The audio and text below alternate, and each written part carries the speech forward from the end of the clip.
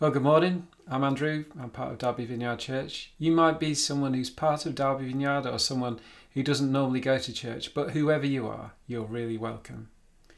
We'd love to hear from you, so please go ahead and put comments in the chat. Why not say hello where you're watching from, whether it's somewhere local or further away. So just to let you know what's going to happen this morning, we're going to have something a little different. Ian, who's a member of our church and has been a great friend and a huge encouragement to us, has a great story of how he found faith and what's happened to him since. We recorded an interview with him late last year in his garden and we'll play it for you in a moment. It's a great story. The video clip is a little over 10 minutes long. Then afterward, we'll have some worship led by some friends in the vineyard and some prayers to end. We'll be done in about half an hour. So without further ado, let's head over to Ian's garden. So thanks for joining us this morning, Ian. Really good of you to spend the time to put this together. You might have come across this story just on YouTube. You might have come across it some other way, a friend of Ian, a family member. This is a great story, well worth a watch, and just worth a few minutes of your time to hear Ian's story. So let's get started. Okay. So Ian, tell us a little bit about yourself, tell us a little bit about your family, about how you find yourself these days. Yeah, well, now I've retired, I've got all the time to do the things that I enjoy, and family is really important to me. Rowena and my wife, we'll have been married next year 40 years. Congratulations. Thank you. 3 children. The eldest, Chris, is 37. Daughter, Sarah, she is married with 3 boys. Josh, who's 6, Jacob 4, and little Oliver, who's 8 months. And spend a lot of time with them, which is brilliant. And then Richard, our youngest lad, he's married with a little boy of 2 years old. Don't get to see him quite as much. I think it's normally mums and daughters. But yeah, we spend a lot of time together. We eat out with each other. We'd go on holiday together. It's brilliant. Yeah, I feel it's a big part of my life, so it's great. That's great. So life's good. That's what it is, to be honest. Yeah, life. Yeah, I have to say it is good. Even with the lockdown, we found other things to do. Walk, spend time with each other. In fact, it's calmed us all down a bit, I think. So try and look at the positives. Well, that's great. So life hasn't always been as good as it is now? Well, I'd split up from Rowena due to my alcohol problems, which began really when I was away at school. From a young lad, I'd had a bad stammer, which is still here from time to time. And when I was at school, my speech was really bad and I was badly teased there. And when I left and became a student, again, stammer was bad there. I didn't feel I fitted in, so I began using alcohol to give me confidence. Unfortunately, that became worse because I needed more and more to give me the confidence I hadn't got. And so all through my life it continued like that. Then I met my wife, Rowena, and we went and lived in Zambia, which is a very boozy culture there, which I thought was brilliant, but obviously not for us or me really. And came back to this country after a year and a half, and it got that bad I was taking alcohol into my office in a briefcase. So just to give people an idea of how much you're drinking, just tell us a little bit about that. Yeah, my daily consumption was 8 cans of special brew, 4 or 5 cans of Diamond White cider, 4 or 5 pints of Budweiser, half to a bottle of brandy, and 30-40 cigarettes a day. That was my daily consumption, not weekly. So not just the expense of that, just that amount of alcohol is going to have a huge impact on your life. Yeah. Well, it spoilt our life with the children. I wasn't involved in their upbringing really at all, and Rowena had to do all that. Of course, it just caused massive problems, and I just couldn't get off it. In fact, if I go up in the loft now, I could find old diaries when I'm writing, this is my last day. So you have a big blowout, and then the next day you come back and do it again. And it eventually reached the stage that I was that ill in the morning that I had to have a special brew and a good amount of brandy just to get out of bed, just to function. And by then it was no longer any fun. I didn't enjoy it, but I couldn't seem to get off it. So life's pretty tough at that point. You've split up with Rowena and you're living on your own in a mobile home. Yeah, I'm living in a mobile home, life is a nightmare really. It's I still can't get off this drink, and me and Rowena, I said, we are apart. I saw the kids occasionally, but that wasn't very good. They weren't that bothered. And on one particular day in December, I think 2002, I just thought, I can't cope with this. I'd had my morning special brew and brandy, and I thought, right, that's it. I'm going to find a river, jump in that, and just end my life. I couldn't really see any purpose in living. So at that point things were at the lowest of the low, but things are different now? Yeah, a year or two before that, I went on an Alpha course, a Christian course, teaching you about Jesus and Christianity. And I only went on this with the intention of disbelieving this God. I had one of these Alpha leaflets put through my door, and it was this guy who I had spoken to once or twice. Year after year he put this Alpha leaflet through my door asking me, and I think honestly a lot of others, to go on this course. I thought, right, I'm fed up with you asking me every year, so I'll go on your course, and you've already said I can ask whatever I like, so you'll regret the day I've gone on that course. So this course, the Alpha course, which was run by Mac, I believe, that was at his house? Yes, it's at his house. There were a dozen people, and we had a meal, which was great. And then there was a DVD. I think the guy was Nicky Gumbel, and his talks were very interesting. Then we'd debate them, and I found it was very interesting. And at the end of the course, the 12-week course, I felt the evidence for Jesus was strong, and I thought, yeah, there could be something there. But I didn't do much with it, and it was about a year after that I was still drinking. That Rowan had enough, I'd had enough, and so we split up for about the 5th time, and then I found this mobile home and went down to live there. So life's really poor. You go on this Alpha course, and you're thinking about finishing it in a river. Yeah, I just thought I can't cope with this, and so I went out looking for a river, although I've later found that there are a few round me, and I remember this Alpha course and this God, and I just in despair, I yelled to this God I didn't particularly believe in and said, look, if you exist, matey, deal with these addictions or stick it, or words to that effect. I didn't find the river, came back to the mobile home, went to bed, then woke up, went back to bed again, eventually got to bed for the night, and I woke up in the morning and went for my normal special brew and brandy. Both tasted really off. I thought I got a bad batch. Then I had a cigarette, or I lit a cigarette. I couldn't really breathe. So I rested most of the rest of the day, not feeling well.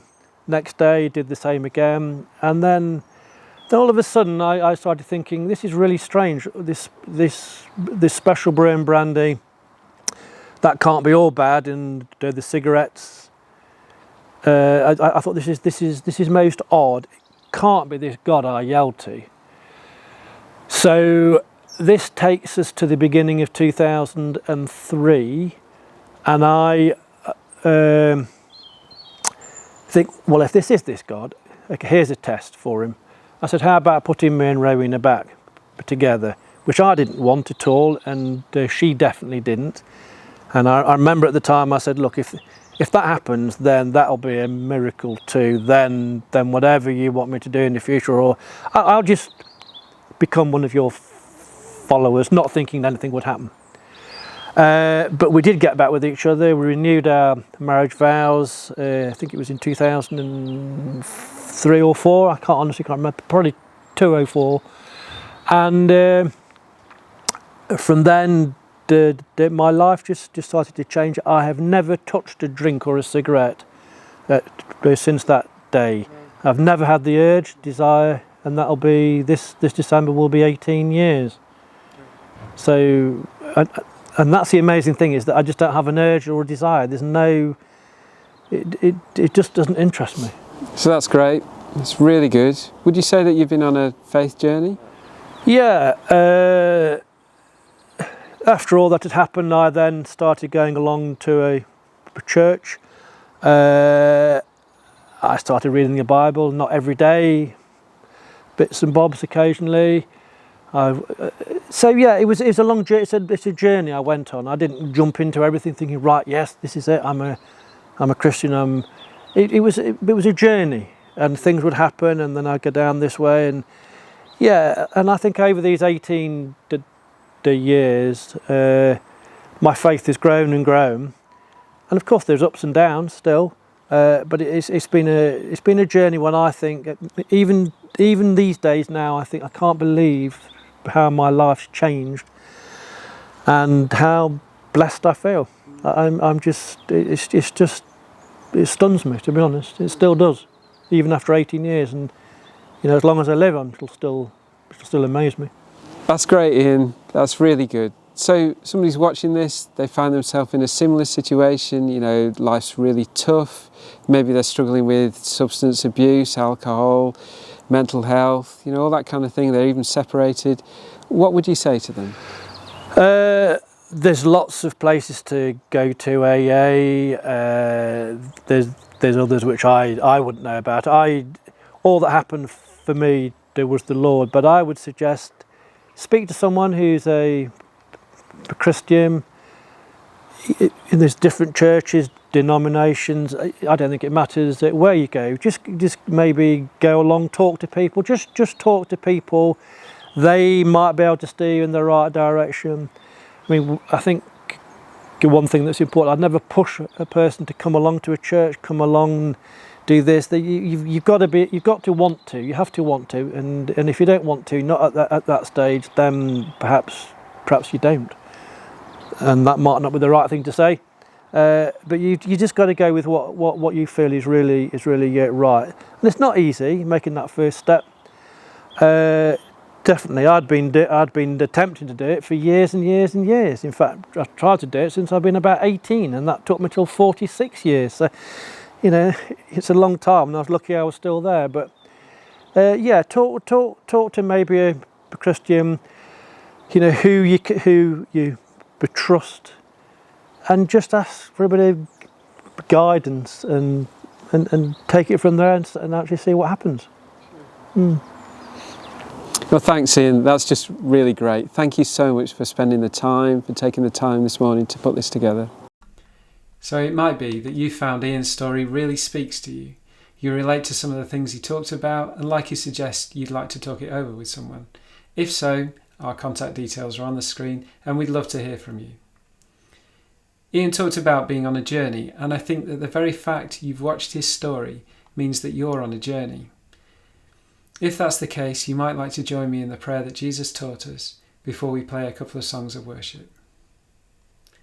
Our Father, in heaven, hallowed be your name. Your kingdom come, your will be done, on earth as it is in heaven. Give us today our daily bread, and forgive us our sins, as we forgive those who sin against us. And lead us not into temptation, but deliver us from the evil one. For yours is the kingdom, the power and the glory, forever and ever. Amen.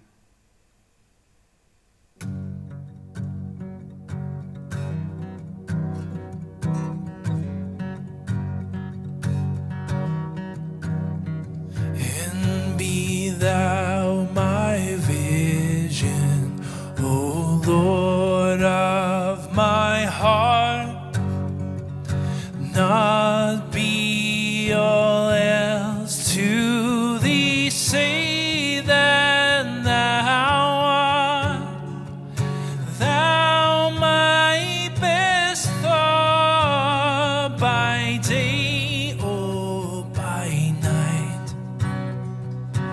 waking or sleeping, thy presence my light.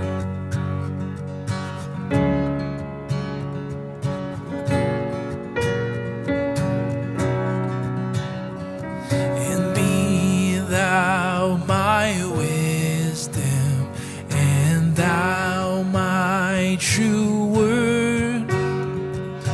I ever with thee, and thou with me, Lord. Thou my great Father, and I thy true Son. Thou in me dwelling, and I with thee one.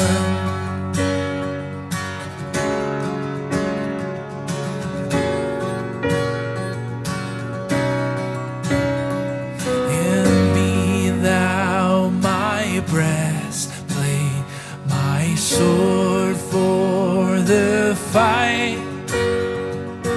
Be thou my armor, and be thou my might. Thou my soul shelter, and thou my high tower.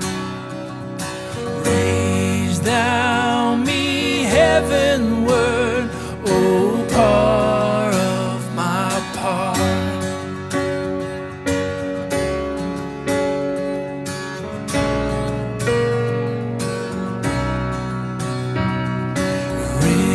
Riches I heed not, no man's empty praise. Thou my inheritance now and always. Thou and thou only, the first in my heart. High King of heaven, my treasure thou art.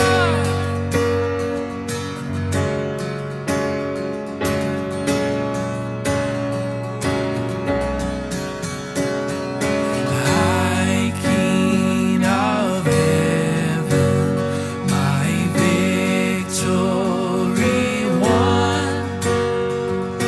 May I reach heaven's joys, oh bright heaven's sun. Heart of my own heart, whatever befall, still be my vision, O ruler of all. In heart of my own heart, whatever befall, still be my vision, O ruler of all.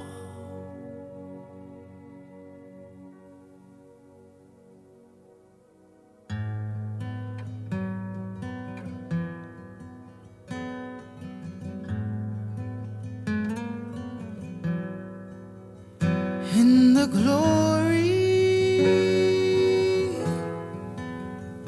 of your presence, I find rest for my soul. And in the depths of your love, I find peace, makes me whole. Oh yeah.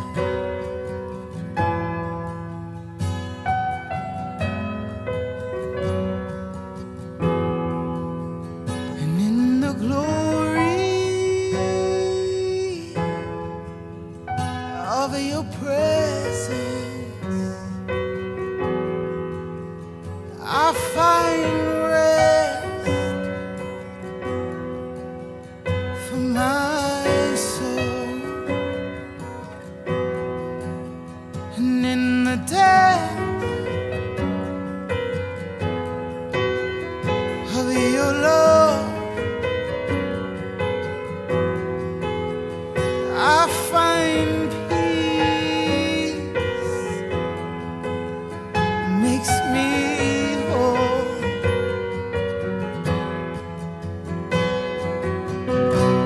And I love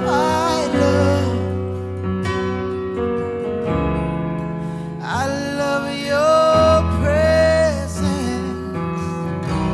And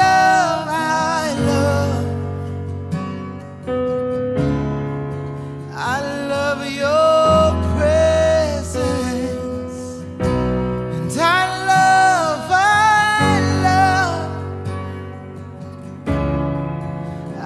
love you, Jesus.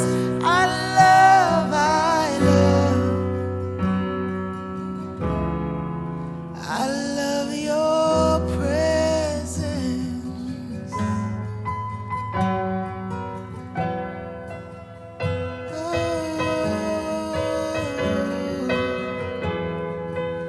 And in the glory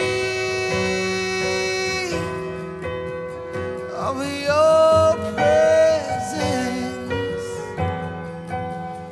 I find rest, yeah,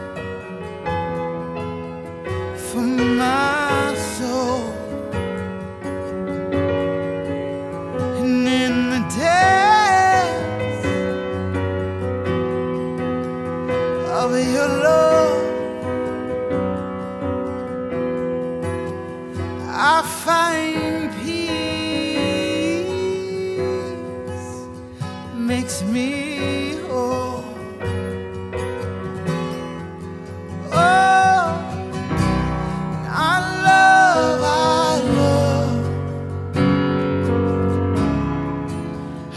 love your presence. And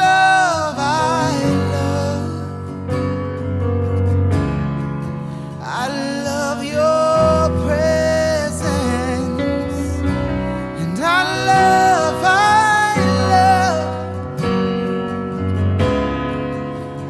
love you, Jesus. I love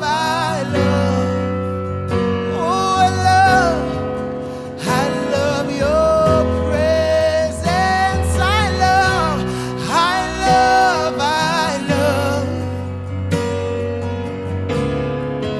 I love your presence. Oh, and I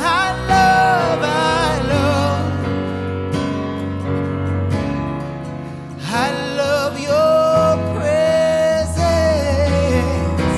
And I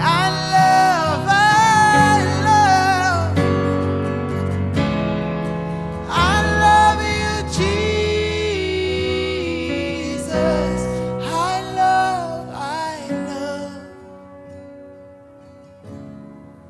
I love your presence.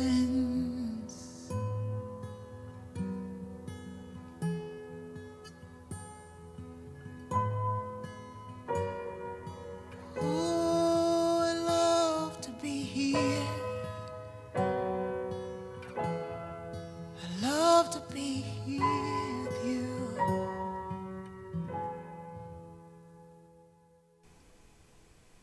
We hope you've enjoyed our service.